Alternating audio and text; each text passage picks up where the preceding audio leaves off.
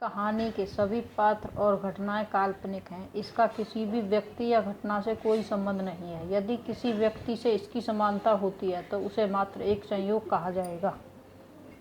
रीमा शादी करके अपने ससुराल में आ गई। रीमा अपने ससुराल में सबसे छोटी थी, इसलिए इसका स्वागत खूब जोर शोर से किया गया। रीमा की दो जेठानी, सासू माँ और भरा पूरा परिवार था। दोनों जेठानियों के दो दो बच्चे थे। नई दुल्हन बनी रीमा ने और उसके परिवार ने सारी रस्में पूरी की और देखते ही देखते रात हो गई और खाना खा सब लोग अपने अपने कमरे में चले गए और रीमा को भी उसके कमरे में आराम करने के लिए भेज दिया। रीमा बहुत खुश थी। उसे घर में सबकी आदत बहुत अच्छी लगी। अब वो अपने कमरे में बैठी अपने पति राज का इंतजार करने लगी।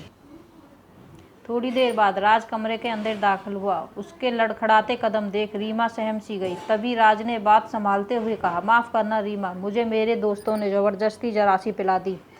राज ने फिर से बात को संभालते हुए कहा, मैंने पहले कभी नहीं पी ना, तो शायद इसलिए मैं जरा संभल नहीं पा रहा हूँ। और उसने रीमा के हाथों को अपने हाथों में लेकर माफ़ी मांगी। रीमा ने सकुचाते हुए कहा, ठीक है, लेकिन आगे से पीकर मत आना। और दोनों एक दूसरे को प्यार से देखते हुए एक दूसरे में खो गए। अगले दिन रीमा की रसोई की रस्म थी। उसकी सास ने उसे रात को ही बता दिया था।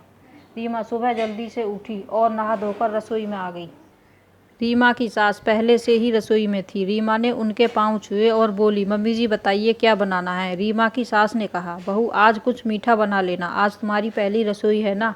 रीमा ने कहा, जी ठीक है। रीमा ने सबके लिए चाय के साथ हल्का फुल्का नाश्ता और बेसन का हलवा तैयार किया। सबने चाय नाश्ता लिया और उसकी खूब तारीफ की। सबने उसकी पहली रसोई का नेक दिया। रीमा ने दोपहर के खाने में भी खूब सारे तरह तरह के पकवान बनाए। घर में सब खुश थे, पर रीमा को सुबह से पति राज कहीं दिखाई नहीं दे रहा था। रीमा की नज़रें अपने पति को तलाश रही थी। धीरे धीरे रीमा की शादी को 2 साल हो गए। इन 2 सालों में उसने एक सुंदर से बेटे को जन्म दिया। इन 2 सालों में रीमा ने अपने पति के कई रूप देखे। शराब पीकर आना तो जैसे उसका रोज का काम था और ना ही राज कोई काम करता, जिसके कारण उसे घर में अपनी जेठानियों के ताने सुनने पड़ते और घर का सारा काम उसी को करना पड़ता। अगर रीमा उसे रोकती टोकती तो बदले में उसे लात, घूंसे और गालियां मिलती। रीमा ने राज को समझाने की बहुत कोशिश की, मगर वो उसकी एक ना सुनता। रीमा अब बहुत परेशान रहने लगी और सोचती कि पहले सब कुछ कितना अच्छा चल रहा था, न जाने राज को कैसे पीने की लत लग गई। अब धीरे धीरे रीमा के प्रति घर में सभी का बर्ताव बदलता जा रहा था। कोई भी उससे सीधे मुंह बात ना करता। रीमा की सास भी उसी को सुनाती, अपने बेटे को कुछ ना कहती और ना ही उसे कभी समझाती।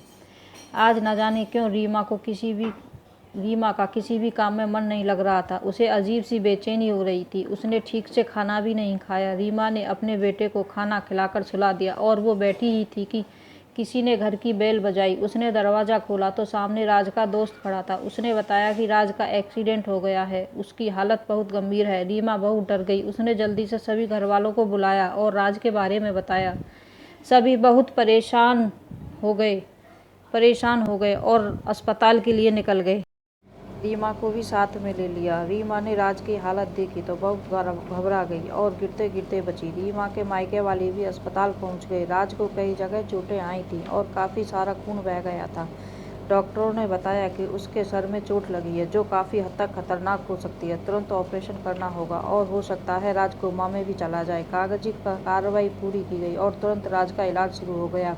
ऑपरेशन से पहले डॉक्टर ने 10 लाख रुपए जमा कराए और राज का ऑपरेशन हो गया। ऑपरेशन के 2 दिन बाद अचानक राज की तबीयत खराब होने लगी और अस्पताल में राज ने दम तोड़ दिया। रीमा की हालत तो पहले से ही खराब थी, लेकिन अब तो रीमा का रो रो कर बुरा हाल था। उस पर तो जैसे दुखों का पहाड़ ही टूट पड़ा। अभी उसकी उम्र ही क्या थी, वो महज 24 साल की थी। धीरे धीरे समय गुजरता गया और सब अपने अपने कामों में व्यस्त हो गए। रीमा के मायके वाले भी अपने घर लौट चुके थे। कमरे में बैठी रीमा राज के साथ बिताए अच्छे पलों को याद कर बस रोए जा रही थी। रीमा ने खुद को संभाला और सोचने लगी, अब मेरा और मेरे बच्चे का क्या होगा, क्योंकि घर वालों का बर्ताव तो उसके साथ पहले से ही अच्छा नहीं था। अपने बच्चे को सीने से लगा और भी ज़्यादा रोने लगी और उसकी सिसकियाँ बंध गईं। तभी रीमा के कानों में एक कड़कती आवाज़ पड़ी, क्या अब आराम ही करती रहोगी? कुछ काम धंधा नहीं करना है महारानी हो क्या कहीं की? घर के काम कौन करेगा? रीमा को समझते देर न लगी कि ये आवाज़ उसकी जेठानी की है। रीमा ने तुरंत उत्तर दिया और कहा, जी दीदी अभी आती हूँ। और रीमा रसोई में जाकर खाना बनाने लग गई। रीमा के ससुराल वालों वाले उसको खूब परेशान करते और एक दिन तो उन लोगों ने उसको खूब बुरा भला कहा और घर से निकाल दिया। रीमा उन सब के सामने खूब रोई, गिड़गिड़ाई, मगर उन लोगों पर कोई असर न हुआ। उसने अपनी सास से भी खूब मिन्नतें की मगर उसकी किसी ने ना सुनी। उसे घर से बाहर कर दरवाज़ा बंद कर लिया। अब तो रीमा के पास मायके जाने के अलावा और कोई रास्ता न था और वो अपने बेटे के साथ अपनी माँ के घर आ गई। अब तो रीमा का बेटा भी 3 साल का हो गया था। वो सोचती ही रहती कि यह मेरी ज़िंदगी की गुजर कैसे होगी, लेकिन उसकी माँ ने कहा, तुम चिंता क्यों करती हो, मैं तुम्हारे साथ हूँ। तो रीमा को थोड़ा सुकून मिला और फिर उसने अपने बेटे को दाखिला एक स्कूल में करवा दिया। एक दिन रीमा की माँ की सहेली उनके घर आई और उनके सामने रीमा की दूसरी शादी का प्रस्ताव रखा और कहा कि तुम्हारे बाद भी तो कोई इन दोनों का ख्याल रखने वाला चाहिए। अगर तुम कहो तो एक लड़का मेरी नज़र में है, सब कुछ ठीक ठाक है, उसकी पहली बीवी से कोई संतान नहीं है, इसीलिए वो दूसरी शादी करना चाहता है। रीमा को वहाँ किसी प्रकार की कोई परेशानी नहीं होगी। आप रीमा से एक बार बात करिए और रीमा चाहे तो एक बार उससे मिल सकती है। रमेश एक सीधा और सच्चा इंसान है। रीमा की माँ को सब कुछ अच्छा लगा तो उन्होंने रीमा को भी समझाया।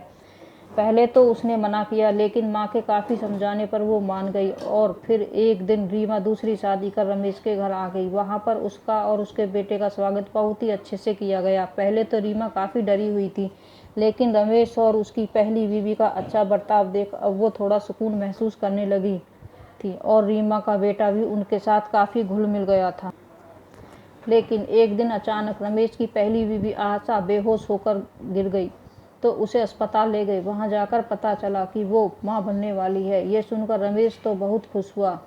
ये सब सुन खुश तो रीमा भी थी, लेकिन उसे ये भी डर सताने लगा कि अब उसका और उसके बेटे का क्या होगा। लेकिन आशा को उसका दर्द समझने में देर न लगी और उसने रीमा को अपने पास बिठाया और बड़े प्यार से उसको समझाया और कहा, तुम दोनों के शुभ कदमों की वजह से मेरे जीवन में ये खुशियाँ आई हैं और जो जगह तुम्हारी पहले थी आज भी वही है और मैं तुम्हारे बेटे चिंटू को भी अपना बेटा मान उसे इस घर में लाई थी।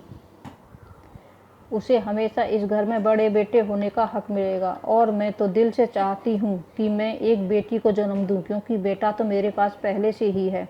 ये सब सुन रीमा की आंखों में पानी उतर आया और आशा के गले लग गई। आशा ने बड़े प्यार से उसके सर पे हाथ फिराया और कहा, तुम मेरी छोटी बहन हो और मैं हमेशा ध्यान रखूंगी कि मेरी बहन को और मेरे बेटे को कभी किसी प्रकार की कोई परेशानी ना हो। धीरे धीरे समय गुजरता गया और आशा ने एक सुंदर सी बेटी को जन्म दिया।